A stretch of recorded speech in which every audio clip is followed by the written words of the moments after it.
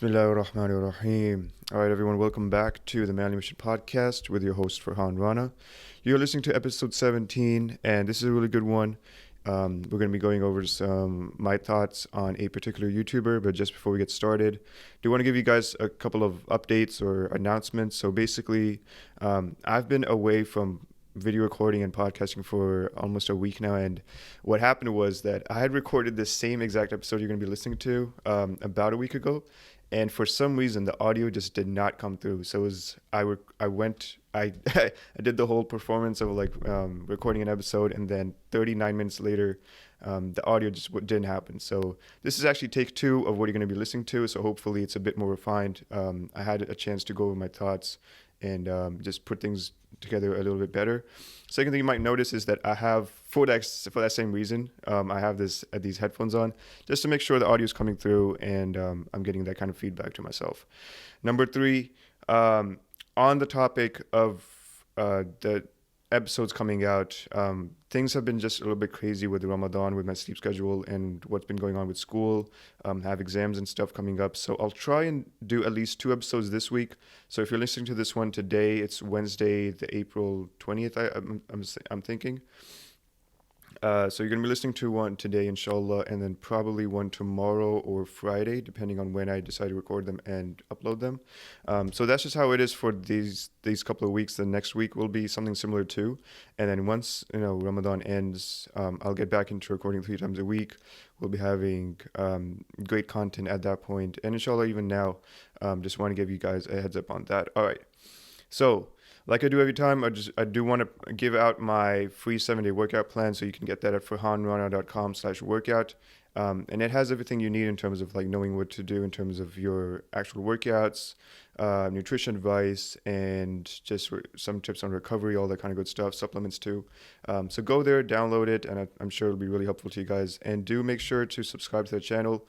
I do have the ambitious goal of getting to 1,000 subscribers in about 2-3 months. It shouldn't be too impossible.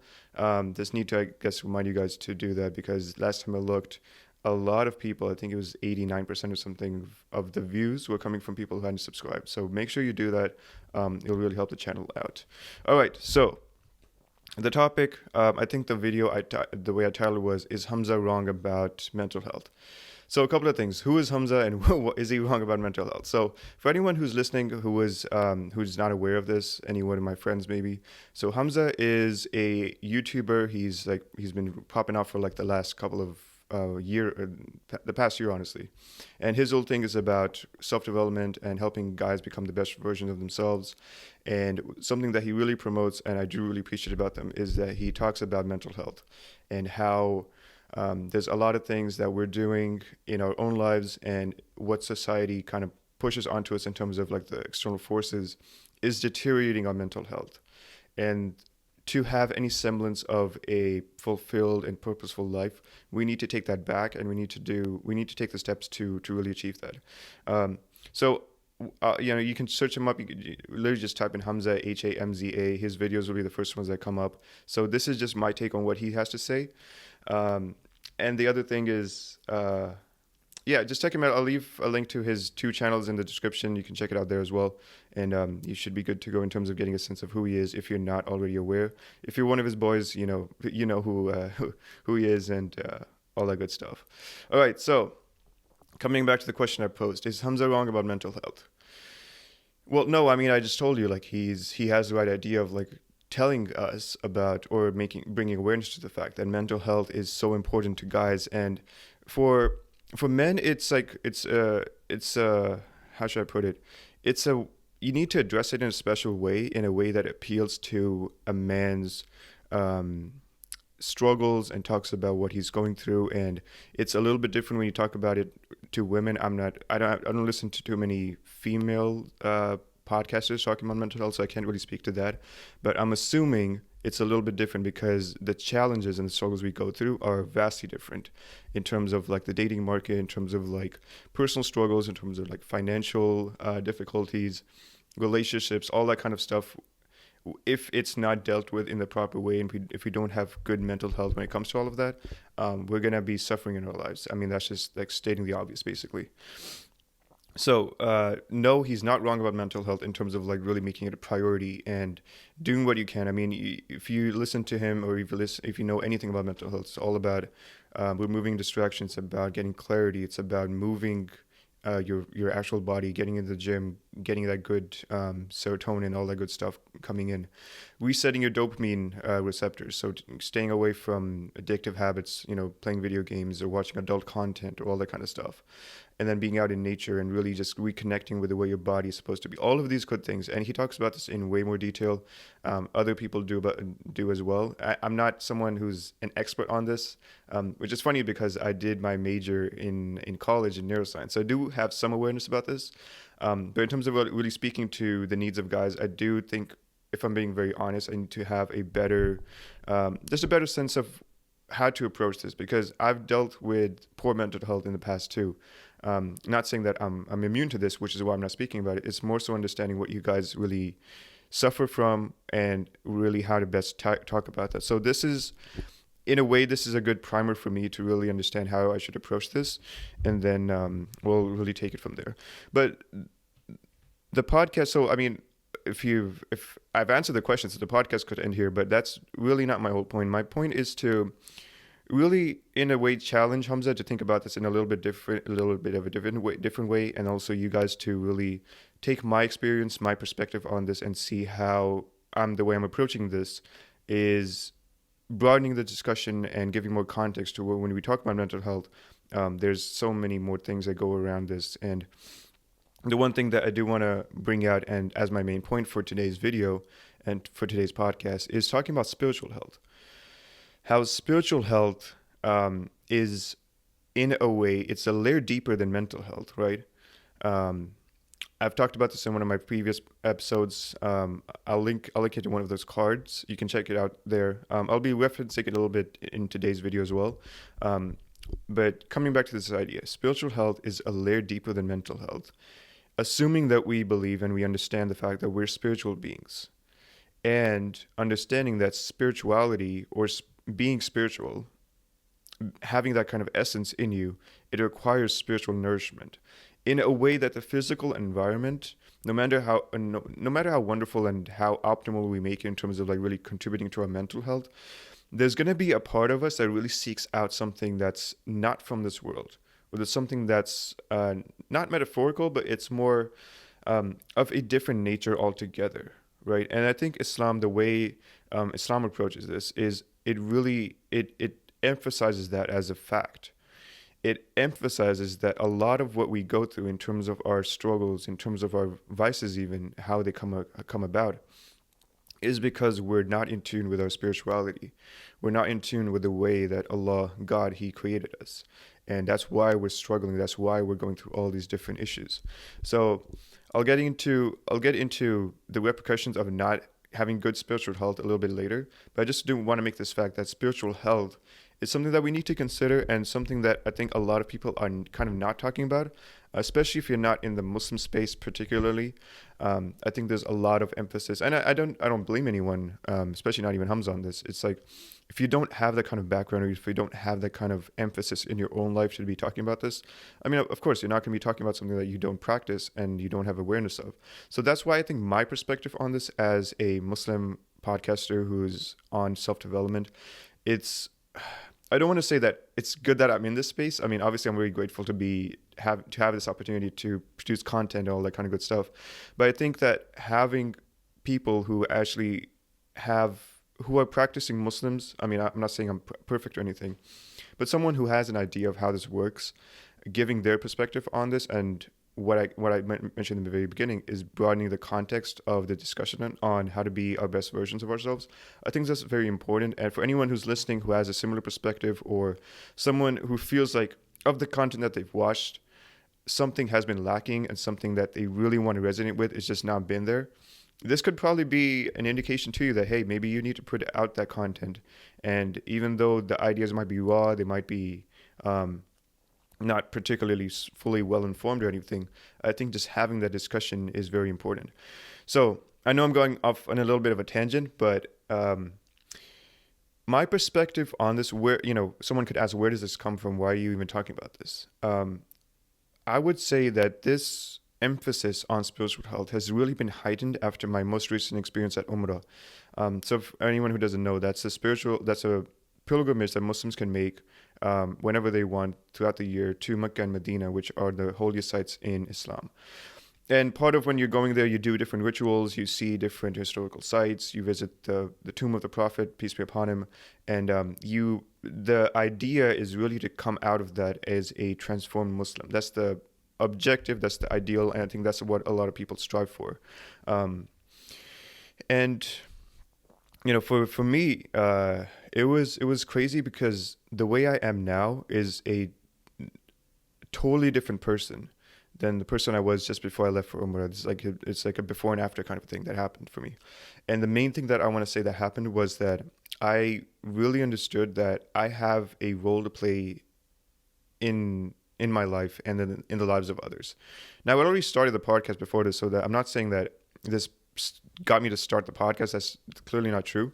But what I'm saying is that I just have a better sense of like I can actually impact people's lives. I can actually help people because, and this is coming from the fact that if I've been so honored to go on this pilgrimage to visit these holy sites and to stand before the Kaaba, which is the holiest site in Islam, which is where Muslims pray, and to actually gaze upon that and to actually just become more in tune with my own spirituality.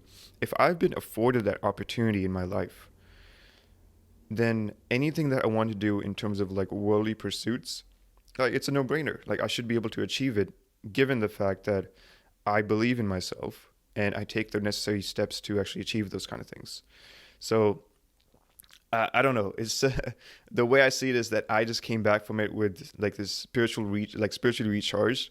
I was just like I can do anything. I can achieve anything. That's a really good thing, in terms of like really giving more momentum in terms of like really getting out there and making impact, influence people's lives, and helping out guys who are in a similar situation who relate to me, and really speaking to this kind of guys. So what I want to say that spiritual health is a layer deeper than mental health. And another way of kind of talking about this is that if you understand that fact, and if you're, I'm going to assume that many of you might not be Muslim. So to make this very practical and to give practical advice on this fact, what I would say is that look into your own, first of all, your own family, your own tradition, into your own upbringing, and see if there's been traditions or if there's been even like an organized religion that your family has practiced for the last couple of generations.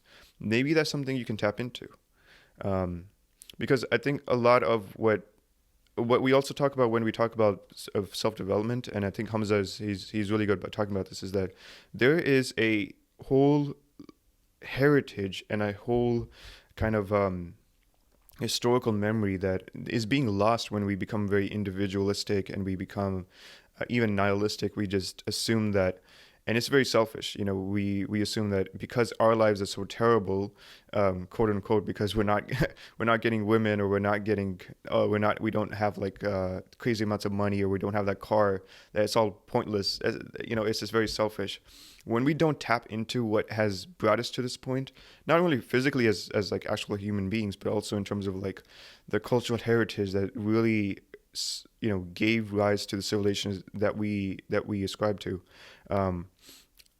There's reason to believe that that's something that you can tap into. Obviously, I'm going to be biased. I'm going to say that for me, being a Muslim has been the most important thing for me, and it's just the way I see it is just the more I kind of talk about this, and the more I kind of research this in terms of my own thoughts, Islam really has a lot of solutions to what we're facing in terms of like the vices and the destruction in society, all this kind of stuff. It offers a lot of solutions to that. But as a practical step for someone who's a young man and you just want to understand what I'm talking about, you heard me talk about Umrah a little bit. It's like, okay, I can't go on like a pilgrimage. We don't even have that thing. What I would say is just really tap into what you've already have in your own family, in your own cultural heritage, and then also maybe take your own, I don't want to say own version of a pilgrimage, because it's not really that. I would say just really reconnect with nature, reconnect with what makes you a human being. Maybe take like a 3-day trip into like like a forest or something, or just go on a just something that takes you out of your current day-to-day environment and puts you in a place where you're forced to be alone with your thoughts. You're forced to do things that you wouldn't normally do. And you're just in the space where you can understand what being a human being is all about. Something along those lines. I can't speak to it specifically because I haven't done anything like that.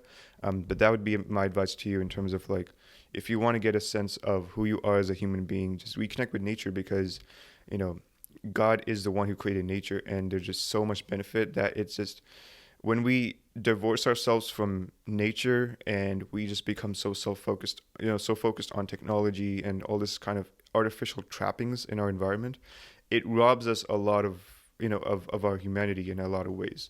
Obviously, it's a necessary thing because all of this, this podcast and everything, it wouldn't be possible if I just sat out in the woods. So, what I'm saying is that really just think about how practical steps you can take to disconnect for a little bit from life and reconnect with who you're supposed to be as a human being. And I think if you do that even for like an hour, you go out to somewhere where you've never been and you just sit with your thoughts. I think that will help you get a sense of what I'm talking about when we're spiritual beings, what that means, and how it requires spiritual nourishment. And it's just a layer deeper than mental health. I'm not saying they're totally different things because there will be a lot of overlap when we talk about this, but it's just a layer deeper and we need to kind of acknowledge that and understand that fact. All right, number two, something I do want to talk about very briefly is that for me, again, as a Muslim, believing in who God is, it removes a lot of depression and anxiety from my own life.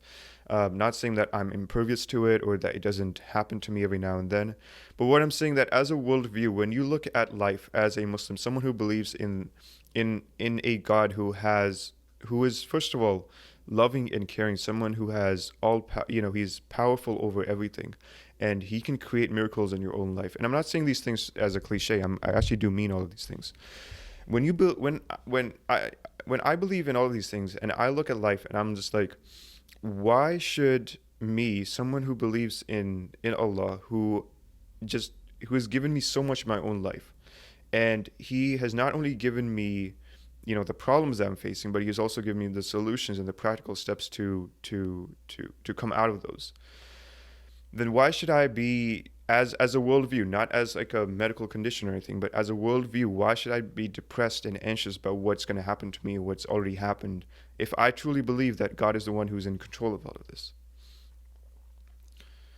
Something that as Muslims we really take to heart is that anything that we face in life, anything, whether it's a saying of the Prophet Muhammad, peace be upon him, that even, and I'm paraphrasing this, he says that even the pricking of a thorn on your feet is a means for your sins to be forgiven.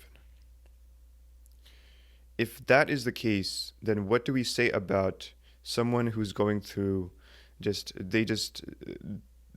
day-to-day activities are just impaired by how depressed and sad they feel because they don't have that kind of support, they don't see any meaning in their life, or they're just so like they're doing activities in their own lives, but it's just like they're not getting anywhere because they're so anxious about what could happen in the future, and they're just like, if it doesn't matter what I do, it's always going to turn out bad, so I'm not going to even try. I mean, if you're going through that and if you're struggling through it, I mean, why shouldn't that be a means for you to get closer to God? Because he's the one who, it's going to take a whole separate video, and I'm not even the person to talk about this because I'm not a scholar. I might say something which is inaccurate about Islam. If I were to talk about this, it would be only after consultation with someone who's a scholar. But it's just like, if you're going through that, I mean, why shouldn't that, it should be a means for you to get closer to God.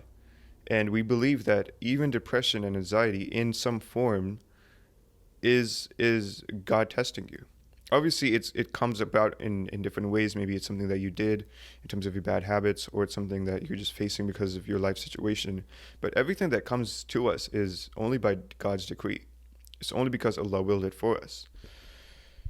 So, He's the one who gives us the problem as a test, and there's always a way out of it. Whether it's easy or hard, that's besides the point. What I'm trying to say is that there's always a way out of it. And just to cut this point short, what I'm trying to say is that going back to the first point I made about spiritual health being so vital and so critical to who we are as human beings, if we have a good sense of what goes on in our lives and we have a paradigm, we have a worldview to fall back on, I think it gives a lot of clarity, because there's clarity and there's sort of peace even when it comes to having like a structured worldview or a structured view on life. Because I think what happens when we operate as modern human beings who wrongfully believe that we're the ones who are in control, and then as long as I can control my own thoughts, and as long as I can make sense of this on my own, everything should be fine. And we operate from this place of, if it makes sense to me, it's fine. If it doesn't make sense to me, I don't know, something's wrong with the world. I think that's a very naive way to go about life. Going back to my one of the points I made, if civilizations, if certain world religions, if certain ways of thought have persisted until this point, there's a good reason they have, because they offer some amount of good to humanity. Now, that's going to depend on which worldview or which religion you ascribe to. But if something has persisted for a while, and by a while I mean like thousands of years, then obviously there's some good, kind of good in it. And obviously, you're not the first person who, you're not unique. You're someone like millions of people, regardless of what they believed in, they found some kind of benefit in it.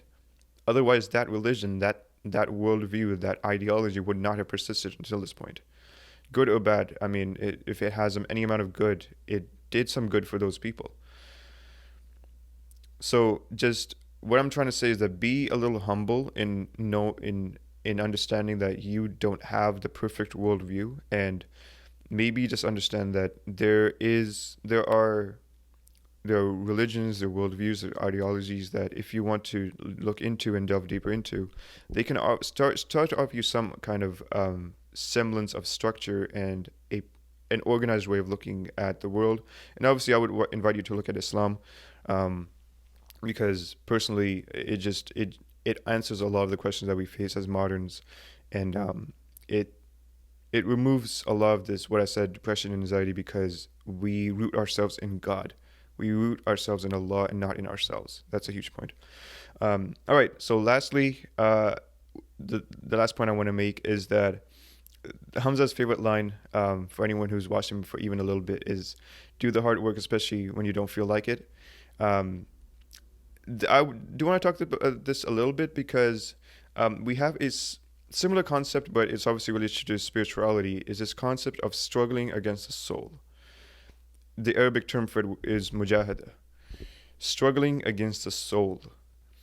This is a huge point, because as I'm going through Ramadan right now, which is the month of fasting, it's the month of staying away from food and drink, not only food and drink, but also bad habits, useless activities, wasting time. No one's perfect when it comes to this, but that's the whole idea. You're supposed to stay away from a lot of what we indulge in, and just take a step back and ask ourselves what's actually beneficial for us.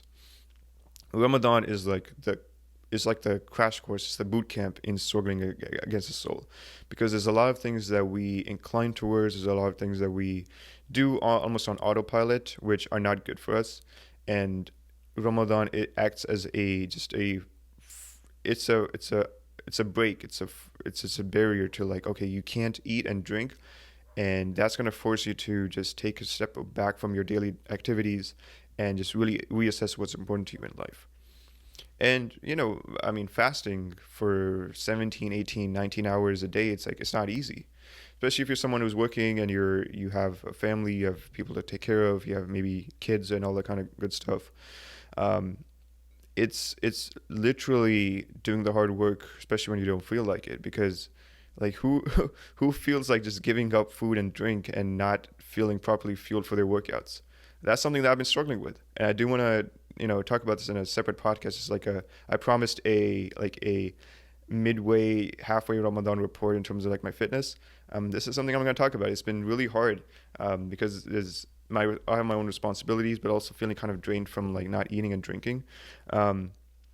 I mean, in what other situation, if I wasn't fasting, like why would I bother like not eating and drinking? Because it's just, I need to do that if I'm going to be working out and if I do have certain fitness goals.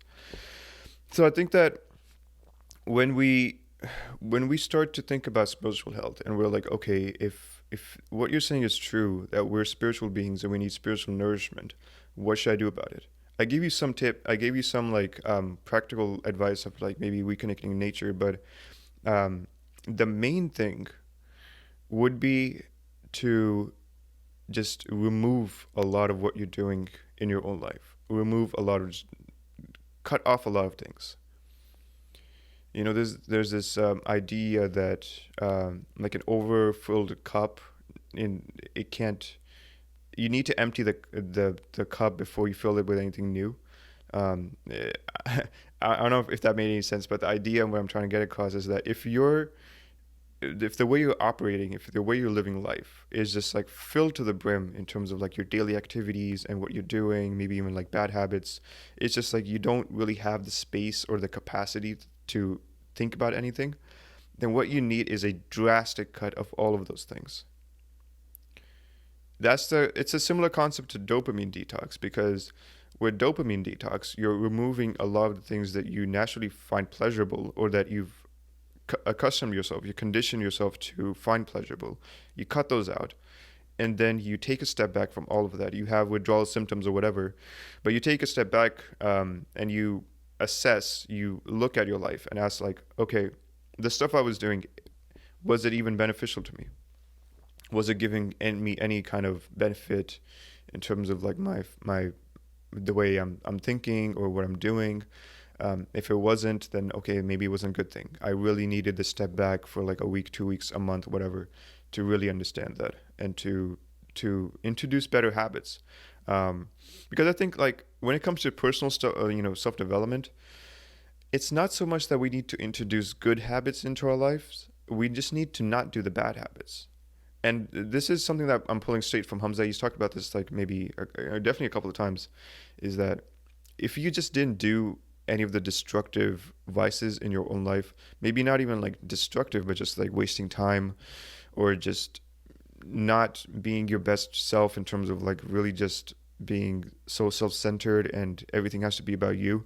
If you just cut all of that out and you just lived life in a very basic way in terms of like you just I don't know how this would look practically, but maybe it was just like you just did your work and then you hit the gym and you just lived a very simple, clean life mentally and also like spiritually.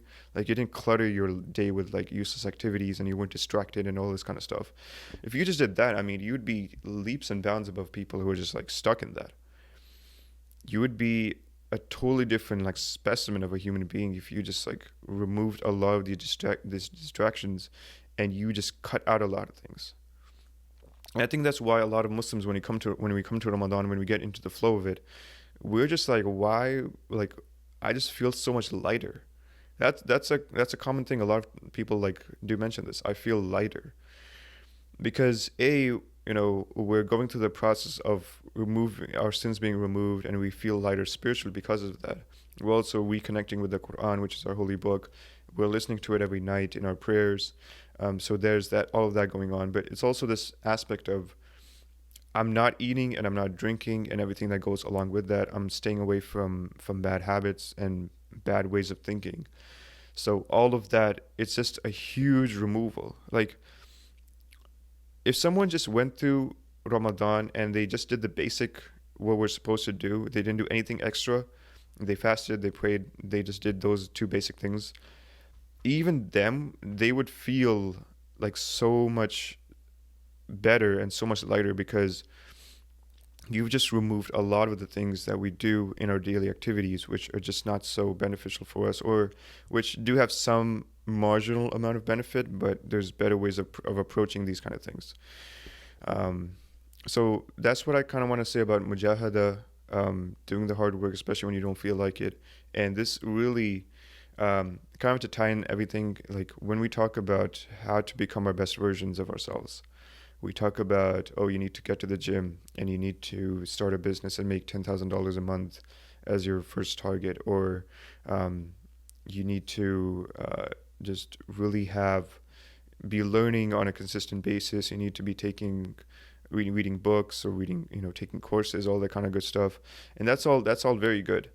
or you need to be like meditating, and you need to be out in nature and all. This is wonderful stuff. I'm not saying this is wrong or anything. We should be doing this.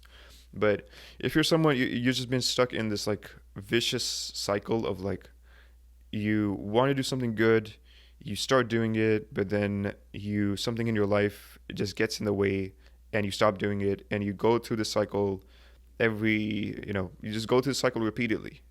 What you need is a clean break from what you're doing currently. And if you're not Muslim and you want to do this in your own way, something that I could probably recommend is that, similar to what I said in the very beginning, just take a break from your daily activity, even if it's for like one day. Take it like a Saturday or Sunday, go out in the woods and make it very clear to whoever you're responsible to, or someone, people you care about, that this is something I need to do for myself. I just need to go out, and I just need to reconnect with nature, and I need to, even if you go out, something another thing I could recommend is that maybe just don't eat, or just have like a very limited, just don't eat.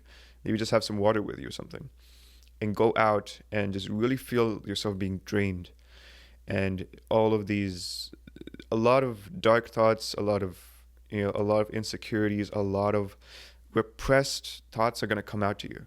That's one of the things that, I think a lot of people don't really talk about when it comes to fasting in Ramadan, is that, at least for me, the first couple of days, it's a, I don't want to call it like a purging or like an exorcism or anything. It's clearly not that. It's just that when the first few days of Ramadan start, it's just, I feel like a lot of these dark thoughts, or a lot of like these insecurities, they just come out in full force.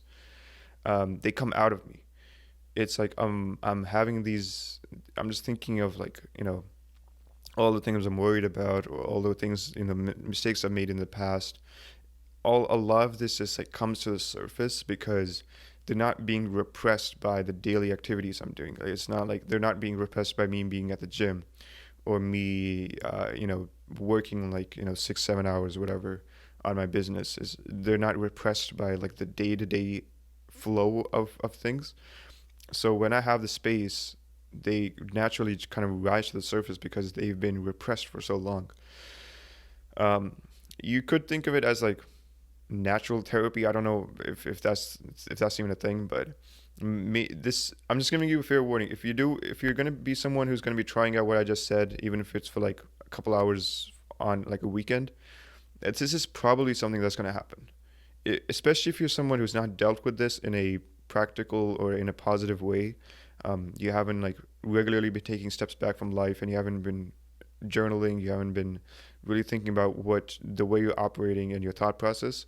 A lot of these things are going to come out to you, and you're going to be surprised by how, it won't be so much because of the lack of food or anything. It'll just be like, why am I feeling so anxious? Why am I feeling so like sad about what I haven't done, or like the mistakes I've made, or the opportunities I've lost? Why am I feeling all these kind of things? And your first kind of reaction to all that might be like, okay, maybe this was a bad idea. I need to go back and like just eat something, because this is clearly because of food. It's totally not because of that. That's a natural kind of response that you're having, because, like I said, you've just been repressing a lot of these things in the back of your mind, and even to the core of your soul, that finally you're just giving yourselves a chance to really address these things in a positive, healthy way. Especially if you're going to be out in nature, you're going to be, taking in sunlight, you're going to be sending around some trees or whatever. Like, I'm tempted to do something even after Ramadan, just like just go out for like a couple hours, to like a natural reserve or something, and just like sit there. Um, Hopefully, I won't be dealing with the dark thoughts, because I would have hopefully dealt with them in Ramadan. But even if they do come up, I will understand that this is something that a lot of us need to do. And just going back to the question of like, okay, spiritual health, very good. That's something I want to work on. What's the first step? This is the first step. You remove, you subtract, and you become honest with yourself and how you're feeling and what you're going through. Because if you're not well in tune with who you are as a spiritual person, as a person with like emotional needs, and you're just like someone who, you're just like, I don't need to worry about this. I just need to work out like 6 times a week. And like, bro, like you're you're operating from a place of like just naivety, and you have no idea like who you are. Like if I were to ask you like, who are you? You would start telling me like, okay, like I work out, like I'm working on my business, or I'm working like 60 hours a week. I'm a this, I'm a that. Like, no, that's not who you are. That's what you do. That's what you do. And there's a point to be made for like, okay, the occupation or the profession that we have, or like what we do as a main activity that is part of our identity. But this is going way deeper. What I'm talking about is way deeper than that. It's like, who are you at the core of like your human being existence? Like, who are you? Like, what are you? And if you can answer that, not even to me, but to yourself in an honest way, if you've never taken the opportunity to just sit with yourself and to ask yourself, not even ask yourself like hard questions, the hard questions will come to you because you'll finally be giving yourself a chance to be like, okay, what's been going on in life? Why, excuse me, why am I dealing with the things that I've been dealing with? Why am I not making the progress that I should have made by this point? Why am I 24, 25, 26? Why am I like, so behind in life? Like behind in the sense of like I haven't done the things that I wanted to do, or I haven't made the achievements that I wanted to achieve. Like materially, okay, maybe that might be there, but why do I still feel so unfulfilled? Why do I feel like I don't deserve love? Why do I feel like every time I try to make efforts to have a relationship or something, that it just like falls backward on me? Like why, if I'm someone who's struggling with like, being part of hookup culture, like why can't I stop that? Why is that something that I need to indulge in on a regular basis? Like all of these things, whatever I talked about, maybe there was like some part, maybe there was a particular question that resonated with you. That's good. That's something you need to focus on. That's something you need to take the time to really get an honest view of like what your body is, like what your soul is telling you, and come back from that and make changes in your life. It's a very good thing that if anyone does this, I respect you already in whatever way, shape, or form. But if you don't come back from that and you don't actually make some kind of progress, baby steps. I'm not even talking like huge. We just turn your world upside down. Baby steps. For example, you're um you're just like really embarrassed, or you're really sad about the mistakes you made in life so far. That could include opportunities lost, that could be relationships ruined, that could be just, you could be like physically, like you haven't been working out or you haven't taken care of your health to this point, and you understand, you recognize all those things, you come back to your daily activities. The first step, baby step, could be just maybe reaching out to those people that you have these tainted relationship with, or these relationships which are no longer existent. Maybe reach out to them. Maybe be the first one to apologize. Maybe be the bigger person. It could be looking back at your mistakes and realizing that it's because of your mistakes that you're at this point right now.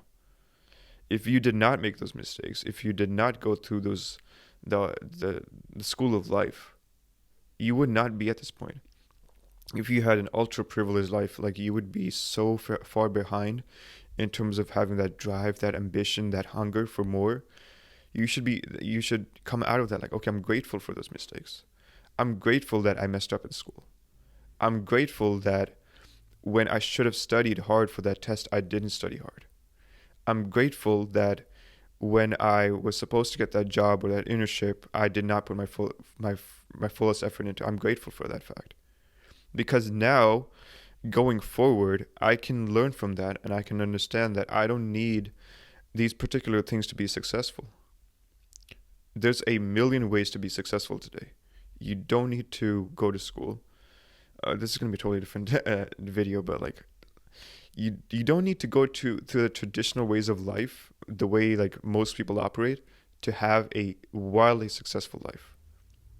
That's part of the reason why like I've started this YouTube channel, this podcast, is to there's many reasons why I've done this, but one of the main reasons is to really test and to really kind of almost prove to myself that this could be something that monetarily, in terms of like finances, this could be something that's viable, something that could give me a side income, maybe even a full-time income.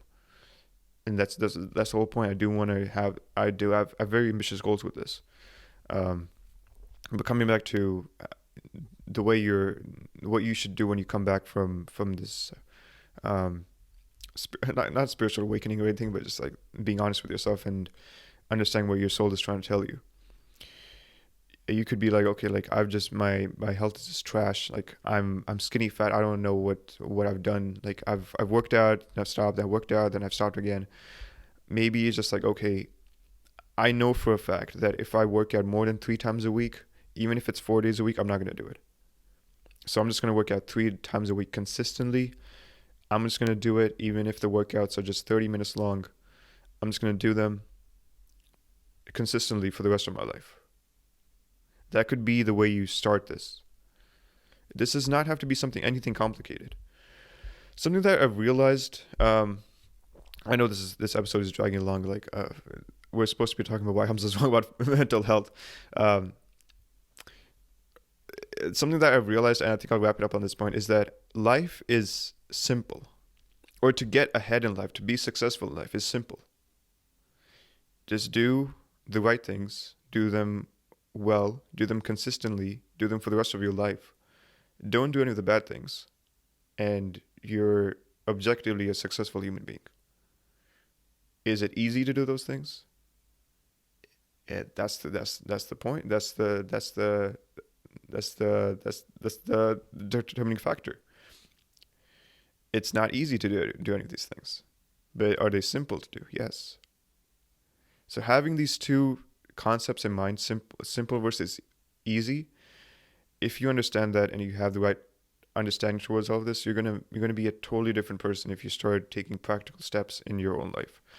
So guys, this went in all kinds of different directions, but I think that was the way it was supposed to be. I'll wrap it up in my main points and we'll call it a day after that. So first thing I said was that spiritual health is a layer deeper than mental health, and it's just about recognizing the fact that we're spiritual beings who need spiritual nourishment and being cognizant and aware of that fact. Number two, I said that having a structured, a well-defined worldview removes a lot of the depression and anxiety that we face in life. Not clinically, but just like in terms of the way we approach life. Number three, I said that mujahada, or struggling against the soul, not only is it the way for us to gain clarity and to make progress in life, it's also the only way that we make any progress in life. For those of you who are Humza fans, doing the hard work, especially when you don't feel like it, with your soul. All right, guys, so we're going to wrap it up right there. Thank you so much for listening to episode 17 of the Motivation Podcast. Again, don't forget to subscribe if you're listening to this on podcast. Do leave me your honest rating and your review. That really helps me. So we're going to wrap it up right there. Thank you so much for listening. And I say this every time. I'm really excited for where this podcast is going to be, assuming the audio works. It was just like such a random gaffe. It's a random thing that happened last week. Hopefully the audio came through. I won't have to repeat this for a third time. But thank you so much, guys, for listening. This was episode 17 of the Manly Mission Podcast with your host, Farhan Rana. Until next time, take care, and I'll catch you guys soon.